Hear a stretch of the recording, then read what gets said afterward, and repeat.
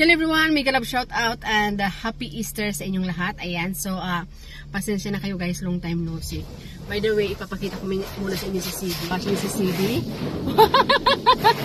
Ayan, nasa loob ako nag-aantay sa kanya. Ayan, so for today's video, share ko sa inyo ang tanong ng ating isang kababayan. Ang ating isang kababayan nagtatanong kung pwede daw bang pumunta ng Romania or mag-apply papunta sa Romania kahit tayo ay high school graduate lamang.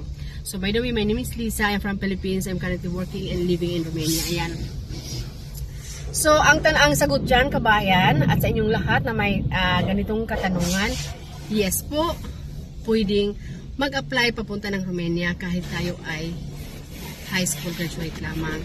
Kasi during interview, hindi naman po tinatanong yung ating mga educational background. Mayroong iba na nagtatanong.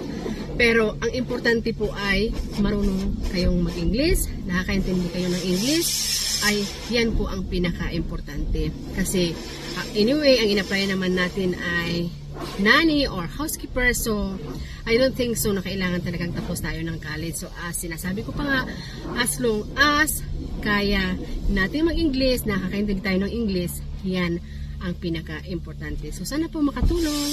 Mag-iingat po lahat. Bye!